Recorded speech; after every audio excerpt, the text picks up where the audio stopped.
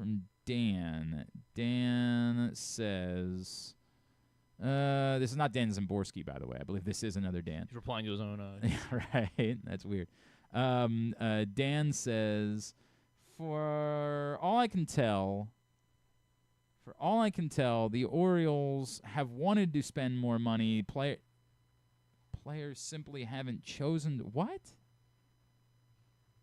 Dan, we've had. Okay, hang on a second. The Orioles have wanted to spend more money. Players simply haven't chosen to take that money. To criticize the Orioles for the fact that Corbin Burns wanted to be in Arizona, they made a very competitive offer. He didn't pick it. That's just the way that it goes.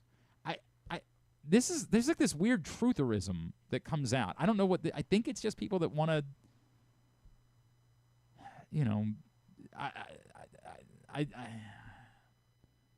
I want to fight about something, so this is what I'm going to choose to fight about. What Dan said was very clear. If they're unwilling or unable. What he didn't say was the Orioles didn't even try. He said if they're unwilling or unable. And there's any number of reasons why someone might be unable to sign someone. It could be because they don't make the best offer. It could be because their situation doesn't appear to be the best. It could just be because maybe in a world where Corbin Burns doesn't live in Arizona, where's a random place that Corbin Burns could live in North Dakota? Right. If Corbin Burns lived in North Dakota, maybe he would have. Maybe the Orioles were the second place finisher, and he would have signed with the Orioles. But there's any number of reasons why you're unable.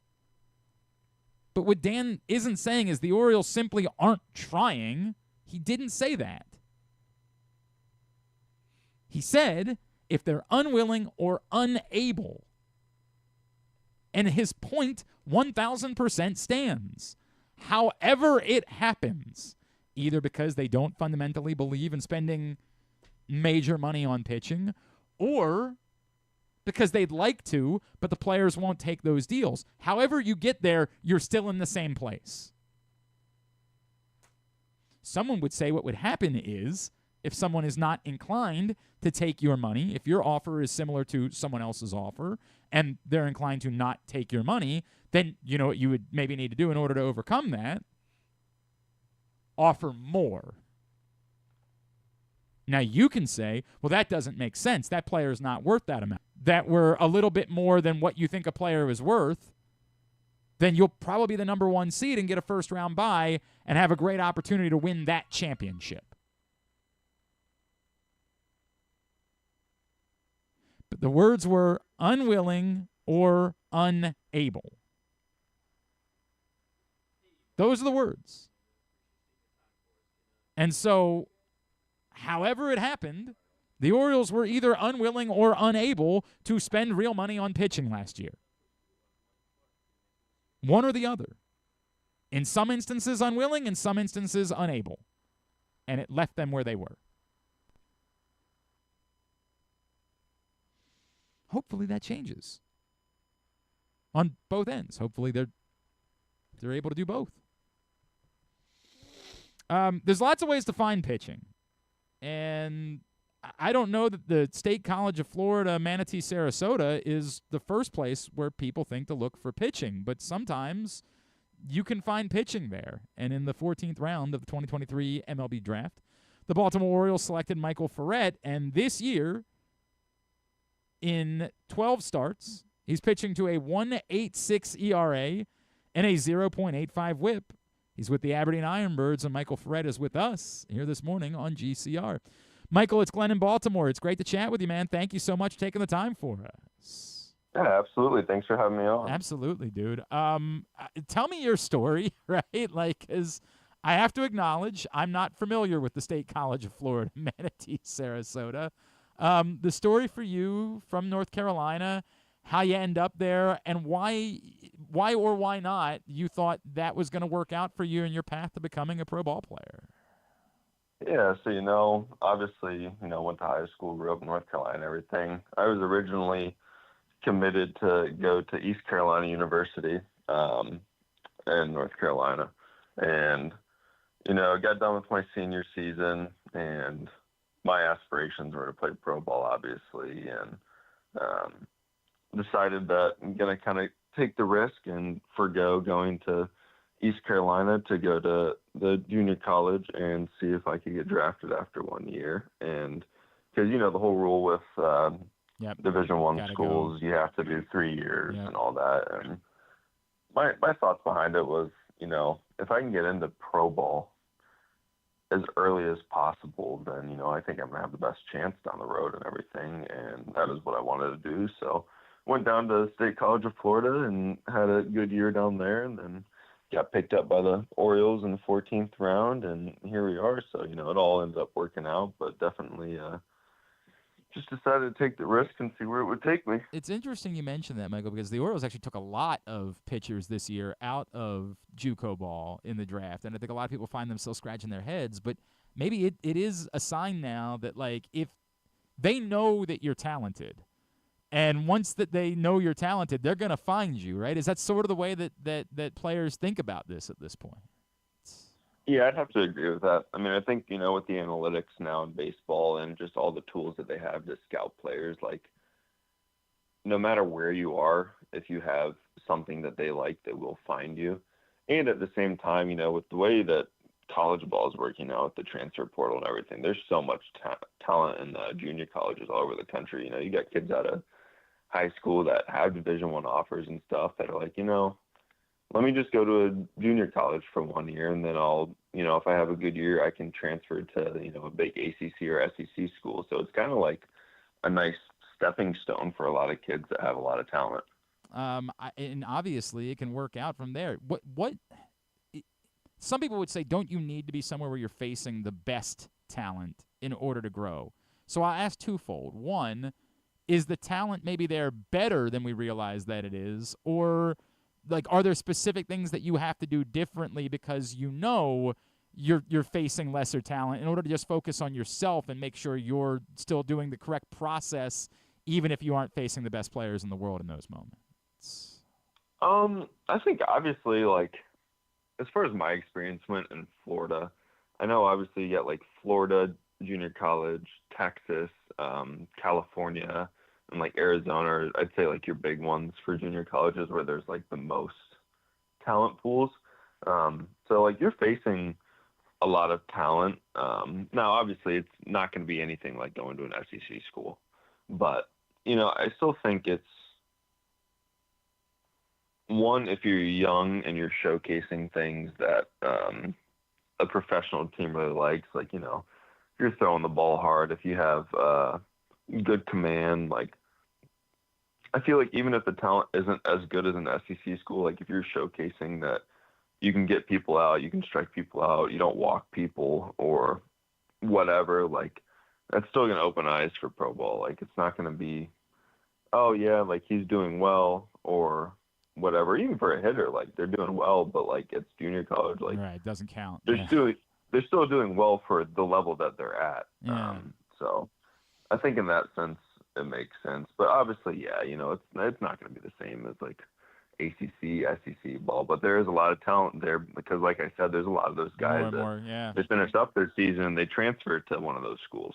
That's a really good point. Michael, obviously you get your first taste of pro ball last year, and it certainly went well. Like everything looked good, but this year, what is it? Like, what was there a new pitch? Is just more confidence? Like, what has led to this sort of dominance that you have found at the high A level?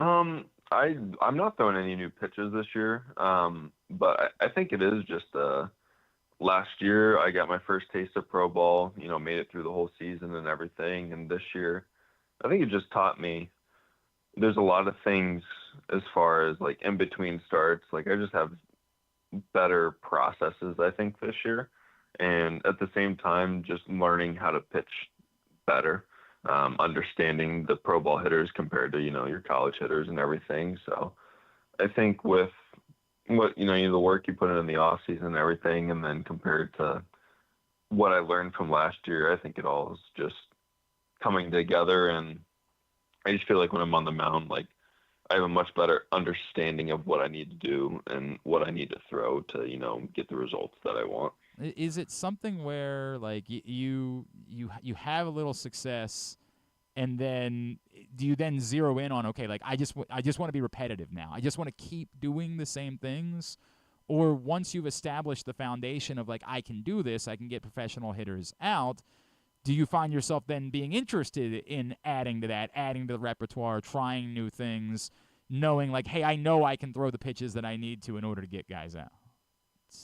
I think it's a mixture of both. Obviously, if you do something well, you want to repeat it. Mm-hmm. And, I take the better outings from last year, learn from them, and then just try to implement, what I was doing well in those outings this year and everything. And then at the same time, like if you are doing well, if anybody's doing well, you have just self-confidence when you're out there. And then, all of a sudden it's like, let me try this or let me try that and see if that works. So it's definitely fun. But I would say it's a big learning process. And once you learn, you just get better at what you do, I would say. And I think that goes for anybody that, has the more and more experience that you have, and the more and more you want to get better at something, like you're going to end up getting better. I appreciate that. We're chatting with Michael Forret, the Aberdeen Ironbirds, here on GCR. 62 strikeouts over 48 innings. Tell me about your strikeout pitch. What is it that's getting the job done for you? Well, it depends on the batter. Depends on the situation. I like throwing fastballs up in the zone for strikeouts. I would definitely say that, the way that I pitch to try to get swing and misses, not necessarily pitching to get batters to walk strike three. Mm-hmm. But, I feel like this year, anything between my fastball and my death ball, which the death ball is basically just like a mini curveball. It's my favorite thing that's happened to pitching in the last couple of years, just because we get to say death ball. Yeah, exactly. It's awesome. Right? I'd say those two definitely have been I have pitches that I can set up batters with earlier in the counts, which can still be those two pitches. But, once I get to 0-2, 1-2, like those are definitely my two go-tos of what I want to throw to get the job done. Where's the velo sitting at? This year, mostly it's been like 93 to 95, okay. Touching 96, 97. Man, that seems pretty good, right? Like, is that like? Yeah, and obviously, you want to throw harder and harder, and sometimes I have to remind myself that it's a process, and I'm not just gonna figure out how to throw 100 randomly. So that's where the off season comes in, and you still learn how to throw harder and grow your body to where you can sustain throwing harder without getting injured. Do you feel like? There's a when you, because everything you just said there makes all the sense in the world to me. Do you say, hey, this is who I am as a pitcher? Or do you have that hell-bent nature where you're like, yeah, but I wouldn't mind sitting comfortably at 96 and touching 98? Or like, is that something that you chase?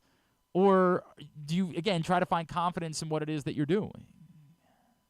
I think in the moment, and once you get into season, you have what you have. Whatever you worked on in the off season, that's what you have to deal with. And I don't think that the season itself is a great time to try to chase velo, just because maybe your body's not ready for it. And if all of a sudden you do figure something out, then you're throwing 98 and then you get hurt. Not saying that's the case for everybody by any means, but for me personally, it's like, this is working. I know how to pitch with this, but you know what? This off season, I'm going to try to throw harder. So I come into spring training next year, I'm throwing even harder. I've seen some of the highlights that have been shared out of not just the fastball up high, but like some of the movement that you've got. Do you allow yourself, like when you know that you just threw a pitch that just kicked ass, do you allow yourself any emotion afterwards? Do you allow yourself to like enjoy it, celebrate it? Or are you the cerebral type, no one can ever see how I'm feeling, I need to keep the poker face on the mound at all times?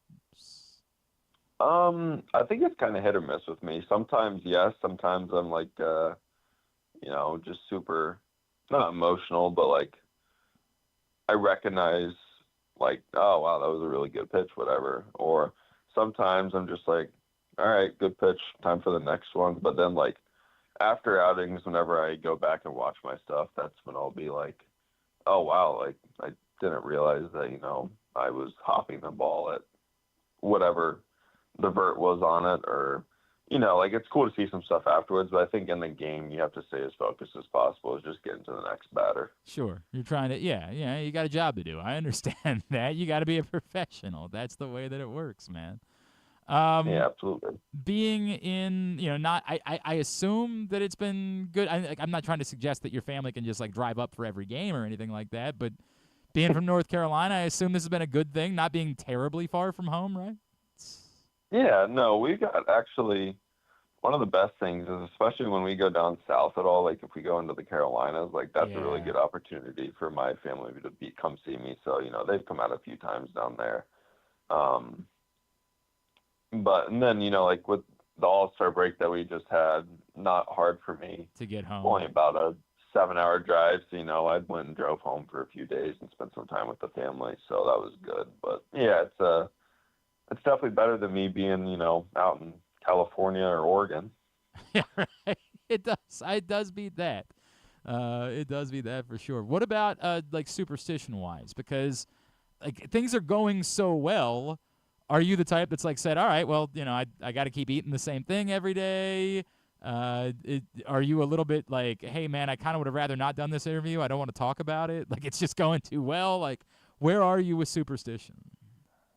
No, I'm not like, as far as like processes go, I'm not very superstitious. Literally the only thing that I have is I drink an energy drink before I pitch. Okay. And that's not even like I need it. Like I need the caffeine to get going. It's just a funny story. I want to say it was like 15 or something, back in the travel ball circuit back in the day. The first time I ever had an energy drink before I pitched, I threw a no-hitter. So that's where that comes from. So that's my only thing is like, I need to have an energy drink. I don't need the caffeine. I don't need anything to get me going, but that's just my. Does it have to be the same energy drink? I always drink C4, okay, just because it's NSF certified. So if we get drug tested, I'm not going to. You're not going to worry. Exactly. Something random. That's a very smart decision. Yeah, exactly. But as far as flavor goes, no, I'll drink anything. So yeah. I mean, it's like maybe it's a superstition, but it's not like a crazy superstition. It's not. Yeah. Yeah, right? It's not nuts. It's not like I better have green M&Ms or else my day is going to be ruined or something like that. Yeah, no, not at all. And aside from that, no, like superstition-wise, like I don't really think of anything else that I'm too superstitious about. Obviously, I'm like most baseball players, don't touch the foul line. I mean, yeah, but that's that's not a superstition. That's just like an unwritten rule. That's the law, Like, yeah. If you did that, you'd probably be arrested. So that makes all the sense in the world. All right, let's. Is there anywhere that Orioles? Where are you on Twitter, Instagram, anywhere like that, Michael, where Orioles fans can be giving you a follow? Yeah, I'm on Instagram. My Instagram is just Michael_Forret. Give him a follow there, Michael_Forret. Dude, I don't know what else there is to say other than like, please keep doing this. Like, please, forever.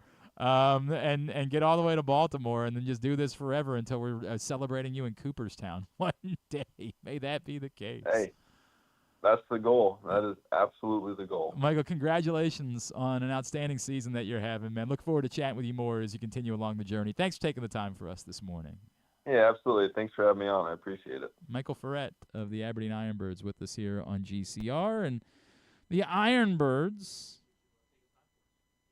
if you haven't been up this summer, great, always, every experience with the Aberdeen Ironbirds is awesome, and some of the upcoming events they have tonight, Woof Wednesday, you can bring your dog to the ballpark. Tomorrow night, happy hour. On Friday night, it's Star Wars night, and they'll be wearing special Star Wars jerseys, post-game fireworks.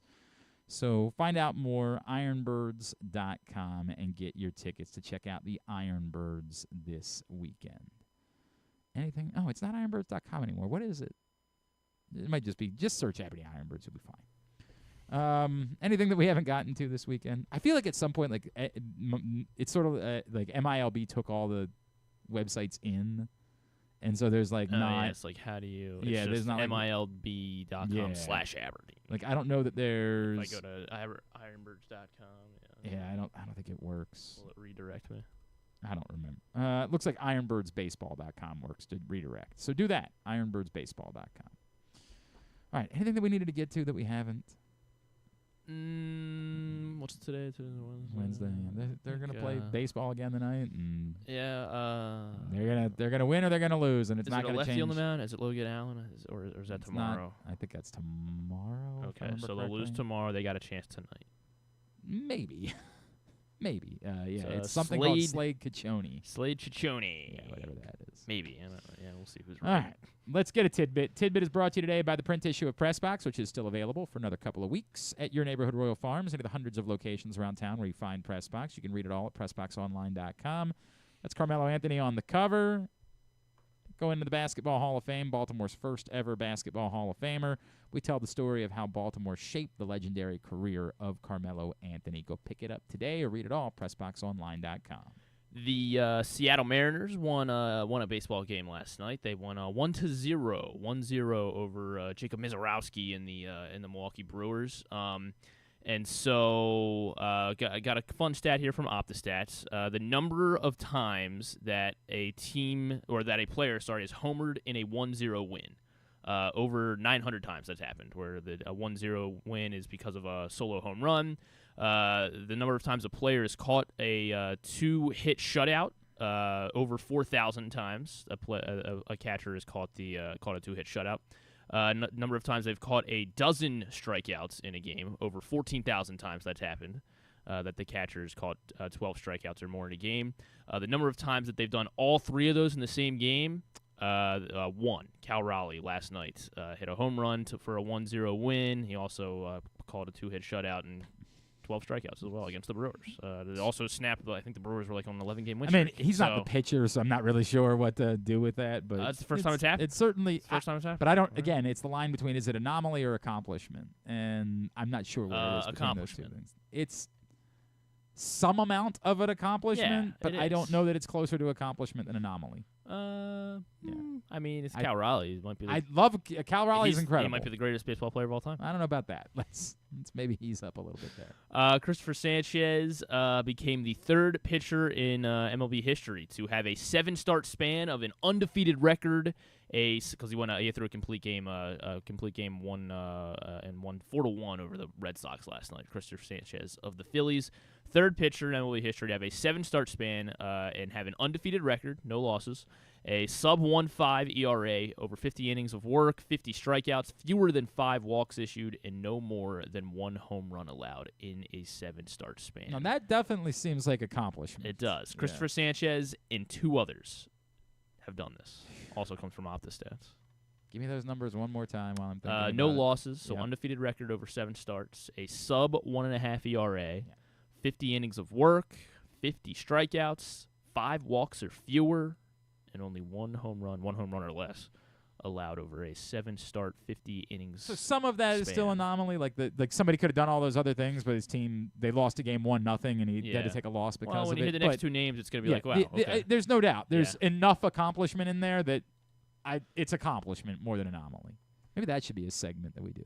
I've always thought we should do a process versus result segment. Like I've always thought. So whenever these teams are pulling out this is the first player since 1913. Where is the line between accomplishment and anomaly? Right? Like where is, because like you can find a specific set of circumstances for anything, almost anything, right? Like there is something that Jorge Mateo has done, and he's the only baseball player that's ever done it. Like I guarantee it exists, but you gotta pick and choose the right. To have an error in center field, also steal a base. Sure, something like this. Lose the game 12-3. Where is the line between anomaly and accomplishment?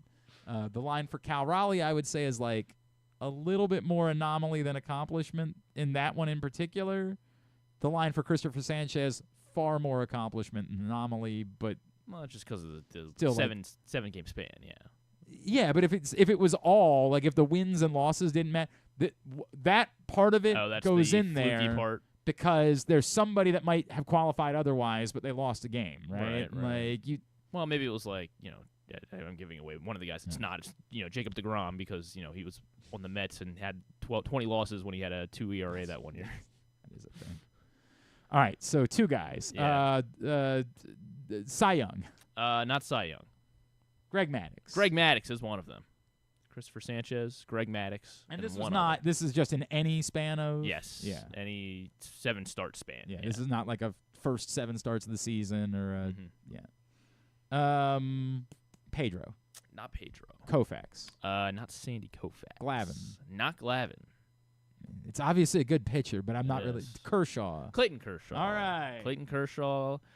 Greg Maddux actually did this twice, once in 1995 and also in 1998. Kershaw did it once in 2016. I hear he was good. Yeah, and now Christopher Sanchez. So maybe not MLB history, but since ERA became an official stat in 1913. Okay. That was so what you're saying is it could have been a lot of dudes. There could have been a lot of dudes before 1912. They just probably all had the names of like Little Johnny or Tungsten Armo Doyle. Tungsten Armo Doyle might have been doing this every week. All right, very good. Let's get Tubular. We'll wind things down. Okay, everybody, it's going to be quick today. What was the main focus today, Coach? Fundamentals, ball control. It's always huge. Any early thoughts on the competition this year? Well, look, this is the best of the best players in the world. It's going to be an amazing tournament. Tournament? Yeah, the BMW Championship at Caves Valley. What are you guys talking about? All they ever ask me about is football. And here's what's coming up, as we mentioned a second ago. Slade Caccione. So we don't know what his name is. He's going to throw a no-hitter tonight. Yeah, well, we didn't know the guy's last name. That's or a the guy's fact. name last night, too. So. Boy, this is what happens when the Orioles aren't good. I am also checked out on the rest of baseball. Well, I mean, the Cleveland always does this. They always have they're just going to find a that's- pitcher, and you're going to be like, oh, right, yeah. And it's he's great, too, of course. Of course. That's Shane Bieber. Right? He's gonna be, this guy's going to be Shane Bieber in 100%. a year. 6:40 tonight on Masson 2 for Game 3 between the Orioles and the Guardians. Zach Eflin does return, and I guess will make 2 starts before the deadline, and then we'll see what happens. Dan Szymborski thinks that there will be more on the table for Zach Eflin than I think there will be. So if that's the case, they'll probably take that deal. The second Women's Euro semifinal is this afternoon. We'll find out. I have Germany, correct? You said that yesterday? Sorry, I keep not updating last night's results until So now. do I still have any chance in this thing? You have Germany. I mean, KZ's got 24 points. How the hell does he have 24 points? Does he have England, I assume? He has he cheated, obviously. Oh, clearly. France and Norway and Chile. He's got 8 wins between those 3. Okay, but he can't get a Euro title, and I can. Do we not get more points, or do we just get the same number of points? Does it grow by rounds? Do I get like a certain number of points for winning the championship? I think it does, because Nick Kelly's got 13 points from Spain. So yeah, if Germany were to win today and then win the Euro, how many points would I get for that? I don't know. Dynamite. Dynamite. Am I supposed to know? I mean, it'd be good. I'm in last. That's all I know right Who now. all is paid? That's the other part of the problem. Do I want to win, or am I going to be chasing money? I think we might be chasing money. Yeah, that's part of the issue. I think here. half of us have paid. Okay, we're going to need to get on that. Get that closed up before the tournaments end and before people forget. Anyway, Germany-Spain today, 3 o'clock on Fox. Winner faces England. England-Italy was great yesterday, except for at some point during the match, England was completely the dominant side, and it was just a question of whether Italy could hold on to get it into PKs, and the answer was no. No, they could not. Baseball today, Masson, Reds Nationals, 12:05. ESPN, Red Sox Phillies, 7:05. Wait, if the Nationals game's at noon, then shouldn't the Orioles be on Masson too? Or not? I mean, Masson also, not Masson 2. You want me to call Masson? No, I mean, the schedule says Masson 2, so we'll go with it. I don't know, man. I don't know. Maybe they're worried about a rain delay or something. Red Sox Nationals, 12:05 on Masson. ESPN's got Reds Nationals at 12:05. Red Sox Phillies, 7:05 on ESPN. MLB Network, Giants, Braves, 12:15. Twins, Dodgers at 4:10. MLB TV, the free game is Angels, Mets at 1:10. FS1 and YouTube for the basketball tournament. CBS Sports Network for Dream Mercury at 10. Apple TV and apparently also Amazon Prime Video for the MLS All-Star Game. Who you got? I'll take the East. No, they do the MLS All-Stars versus Liga MX All-Stars. Oh, I'll take Liga MX. Yeah, probably the right call. That's tonight at 9 Wait, no, is o'clock. Messi playing? Messi play for the MLS All-Stars? Or no? I would assume. Well, then I'll take I don't MLS know. All-Stars. I don't know.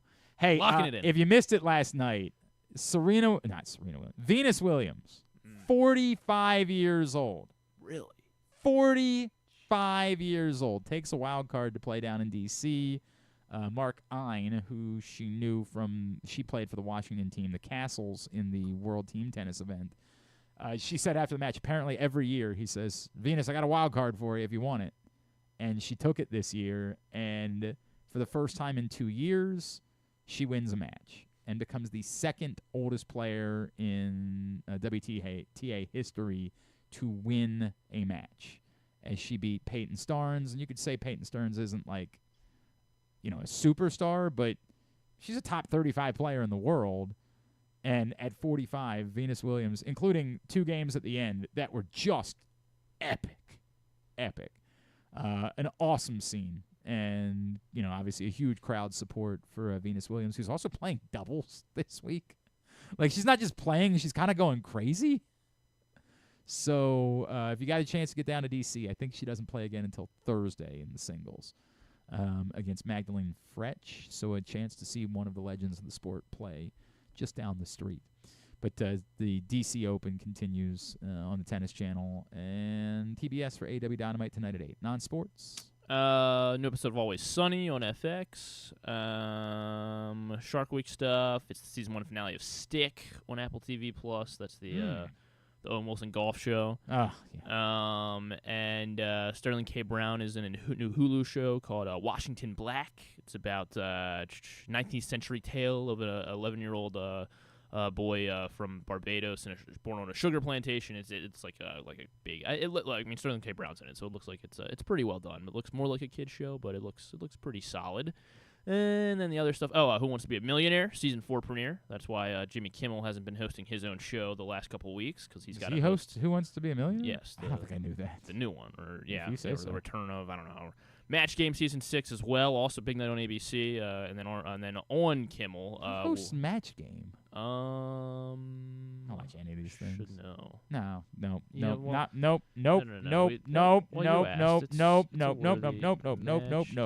Move on. Host.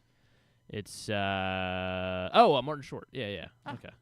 Good. Yeah. That's We pretty. hadn't seen much of him. Probably so. worth it. And Freddie Prinze Jr. Freddie Prinze. Oh my that's what God. That's what I said. Freddie Prinze Jr. and Arnold Schwarzenegger and Fits in the Tantrum on cable. A plugging Match Game. They are? Yes. Oh, that's nice of them. Big, but not the current Match Game. The Match Game 74 with Charles Nelson Riley smoking really? cigarettes. Yeah, that's what they're plugging. I I think you can watch them still on the Game Show Network. Molly Gordon and Steve Buscemi on Colbert. They are plugging Who Wants to Be a Millionaire. Oh. Yeah. But see, that's on ABC. Right. Okay. But they got to go somewhere else to plug it. guess. If you're watching ABC all day, you know about Who Wants to Be a Millionaire. So you got to go somewhere else in order to plug it. All right, I guess fair enough. And MasterChef too. So. Okay. Yeah. I do like MasterChef. We got that going for us. All right, very good. Thanks today to Michael Forret from Aberdeen. Thanks also to Dan Szymborski. Thanks to Anthony Tarke and to Fred Manfra. We'll get it up in the greatest hits section of the... Let's go, Max. You're the best wrestler alive. Let's go, Max. You're the best wrestler alive. Sometimes to go forward, you got to go back. That's what they say. Well, that's the best one that we had. That's what they say. And I forgot about it until yesterday. Tab at GlennClarkRadio.com. Tomorrow on the show, anything? Caden Bodine is scheduled I think to it's join. Bodine. Well, so the clip we played from Rosenthal, he said Bodine. So Did I was like, Oh. I'll go with Maybe Ken just Rosenthal all right. for now. You might be right. I'll admit. Guess we'll find out. The guy had heard Bodine when I thought it was Bodine as well, and then we'll find out. Anything else? Stuff and things. Cool. And fighting words for triumphant return. That's a big one. That's a big one. A lot has happened. Thanks to everybody at PressBox, all of our great sponsors and partners, including Game Day Men's Health, the Maryland 5-Star, Live Casino and Hotel, the BMW Championship, Crown Trophy, Easy Pass, Baltimore's Classic 5 Golf Courses, HelpMyGamblingProblem.org, Costas Inn, Maryland Sports, your local Toyota dealer, buyatoyota.com. Thanks to Griffin at Griffin_Bass. Follow us, Twitter, Instagram, and TikTok at Glenn Clark Radio. Have a great Wednesday evening. Go Birds. Duke sucks.